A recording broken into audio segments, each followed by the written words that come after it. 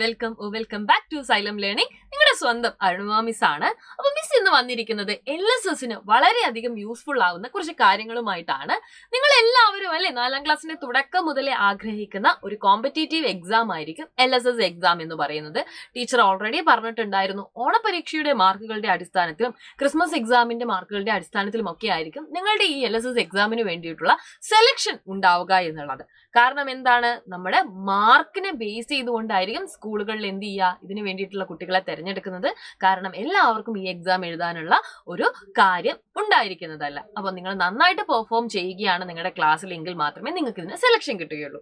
Selection കിട്ടിക്കഴിഞ്ഞാൽ രണ്ടാമത്തെ കാര്യം എന്താണ്, സാധാരണ നമ്മൾ എഴുതുന്ന എക്സാമുകൾ പോലെ തന്നെ ആയിരിക്കുമോ LSS എക്സാം എന്ന് പറയുന്ന ഈ ഒരു കോമ്പറ്റേറ്റീവ് എക്സാം ഉണ്ടാവുക? നിങ്ങൾ പഠിക്കുന്ന പാഠഭാഗങ്ങളെ ആസ്പദമാക്കിയിട്ടാണ് ചോദ്യങ്ങളെങ്കിലും അതിനേക്കാൾ നിലവാരം കൂടിയ തരത്തിലുള്ള ചോദ്യങ്ങളും മത്സര പരീക്ഷകൾ സാധാരണ നിങ്ങൾ ക്വിസ് കോമ്പറ്റീഷൻസിനൊക്കെ പോകുന്ന സമയത്ത് ചോദിക്കുന്ന തരത്തിലുള്ള ചോദ്യങ്ങളും ഒക്കെ ഇതിനകത്തുണ്ടാവും. നമ്മളുടെ സബ്ജക്റ്റുകളോടൊപ്പം തന്നെ GK എന്ന് പറയുന്ന ഒരു സബ്ജക്റ്റ് കൂടെ LSS എക്സാമിന് ഉണ്ടാവും, അതും 10 മാർക്കിന്. അപ്പൊ നിങ്ങൾ എല്ലാ പരീക്ഷകളിലും നിങ്ങൾ നന്നായിട്ട് പഠിക്കുന്നുണ്ടെങ്കിൽ കൂടെ GK ഒരു ബേസ് ഇല്ല എന്നുണ്ടെങ്കിൽ നിങ്ങളുടെ LSS നേടാനുള്ള സാധ്യതയും താരതമ്യേന കുറഞ്ഞു പോകാറുണ്ട്. അതുകൊണ്ട് തന്നെ LSS എക്സാമിന് വേണ്ടി പ്രിപ്പയർ ചെയ്യുന്ന മക്കളോട് ടീച്ചർ എപ്പോഴും പറയുന്ന ഒരു കാര്യമാണ്, നിങ്ങൾ നിങ്ങളുടെ പഠനത്തോടൊപ്പം തന്നെ GK പ്രിപ്പറേഷൻ കൂടെ ആരംഭിക്കുക. ഇത് LSS എക്സാം എഴുതാൻ വേണ്ടി മാത്രമല്ല, നല്ലൊരു വിദ്യാർത്ഥി എന്നുള്ള നിലയിൽ നിങ്ങൾ പാഠപുസ്തകത്തിനോടൊപ്പം തന്നെ അറിഞ്ഞിരിക്കേണ്ട ഒരു സബ്ജക്റ്റ് കൂടെയാണ് ജനറൽ നോളജ് അഥവാ പൊതുവിജ്ഞാനം എന്ന് പറയുന്നത്.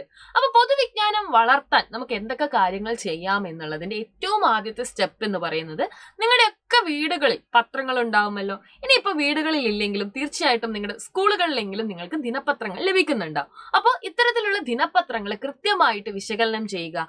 അതിലുള്ള പ്രധാനപ്പെട്ട ചോദ്യങ്ങൾ നിങ്ങൾ മറ്റൊരു നോട്ട് പുസ്തകത്തിലേക്ക് കുറിച്ചു വെക്കുക എന്നുള്ളതാണ് നിങ്ങൾ ഏറ്റവും ആദ്യമായിട്ട് ചെയ്യേണ്ട കാര്യം എന്ന് പറയുന്നത്. ഇപ്പൊ തന്നെ ഈ അടുത്ത ദിവസത്തെ പത്രത്താളുകളിൽ നിങ്ങൾ കേട്ടിട്ടുണ്ടാവും, ജെൻസി കലാപം എന്ന് പറഞ്ഞിട്ട് ഒരു കലാപം നടക്കുന്ന സ്ഥലം. അപ്പൊ നിങ്ങൾ എത്ര ആളുകൾ ഇത് കേട്ടിട്ടുണ്ട് എന്ന് എനിക്കറിയില്ല.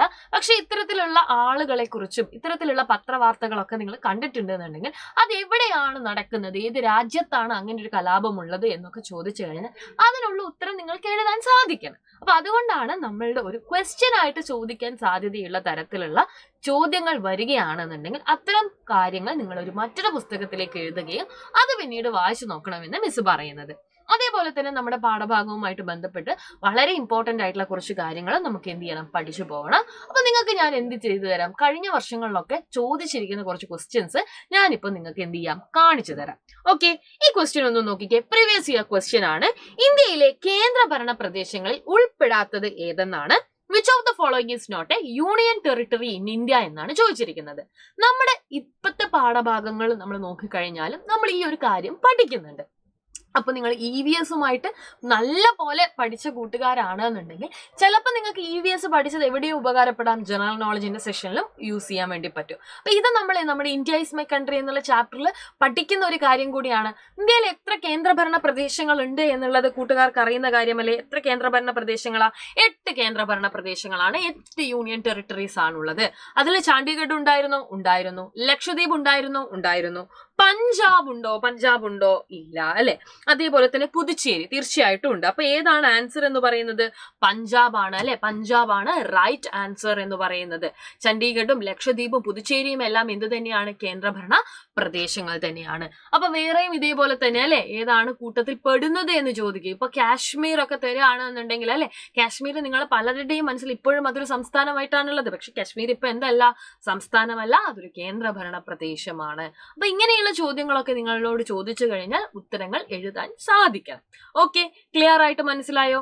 ഇനി അടുത്ത ചോദ്യം നോക്കണേ. ദാരിദ്ര്യ നിർമ്മാർജ്ജനത്തിനും സ്ത്രീ ശാക്തീകരണത്തിനുമായി കേരള സർക്കാർ നടപ്പിലാക്കുക ഏത് പദ്ധതിയുടെ ലോഗോയാണ് ചുവടെ നൽകിയിരിക്കുന്നത്? നോക്കിക്കാൻ നിങ്ങൾ ഇത്തരത്തിലുള്ള ചോദ്യങ്ങളും ഉണ്ടാവും. പക്ഷെ ചോദ്യം കണ്ടിട്ട് നിങ്ങൾ വിചാരിക്കരുത് ഇത് ഭയങ്കര ടഫായിട്ടുള്ള ഒരു ചോദ്യമാണെന്നുള്ളത്. എളുപ്പമായിട്ടുള്ള ചോദ്യം തന്നെയാ.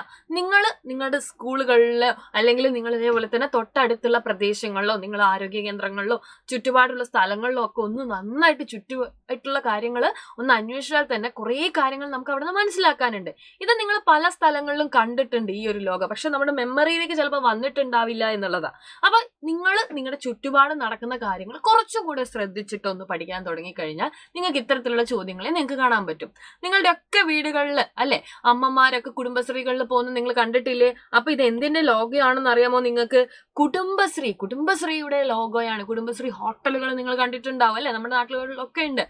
അതേപോലെ തന്നെ പഞ്ചായത്തിലൊക്കെ പോയി കഴിഞ്ഞാലൊക്കെ നിങ്ങൾക്ക് ഇത് കാണാൻ വേണ്ടി സാധിക്കും. അപ്പൊ വളരെ നമ്മുടെ ജീവിതവുമായിട്ട് അടുത്ത് നിൽക്കുന്ന ചോദ്യങ്ങളാണ് ഇതൊക്കെ. അപ്പൊ നിങ്ങൾക്ക് എന്ത് ചെയ്യാൻ പറ്റും? ഇത്തരത്തിലുള്ള ചോദ്യങ്ങൾ ഒന്ന് ഓർത്ത് വെച്ചാൽ മതി. ഒരു ചോദ്യം കൂടെ ഞാൻ കാണിച്ചു തരാം. കേരളത്തിന്റെ സാംസ്കാരിക തലസ്ഥാനം, കൾച്ചറൽ ക്യാപിറ്റൽ ഓഫ് കേരള ഏതാണെന്നാണ് ചോദിച്ചിരിക്കുന്നത്. നോക്കിക്കേ നിങ്ങൾ, കേരള സംസ്ഥാനത്തിന്റെ തലസ്ഥാനം എല്ലാവർക്കും അറിയാം, തിരുവനന്തപുരമാണ്. പക്ഷെ ഇവിടെ ചോദിച്ചിരിക്കുന്നത് സാംസ്കാരിക തലസ്ഥാനം, കൾച്ചറൽ ആണ്. ഈ അടുത്തുകൂടെ അല്ലെ നിങ്ങൾ നോക്കിയിട്ടുണ്ടെങ്കിൽ നിങ്ങൾക്ക് പുൽക്കളിയൊക്കെ നിങ്ങൾ കണ്ടിട്ടുണ്ടാവും. അപ്പോൾ എവിടെയാണ് കേരളത്തിന്റെ സാംസ്കാരിക തലസ്ഥാനം എന്ന് പറയുന്നത്?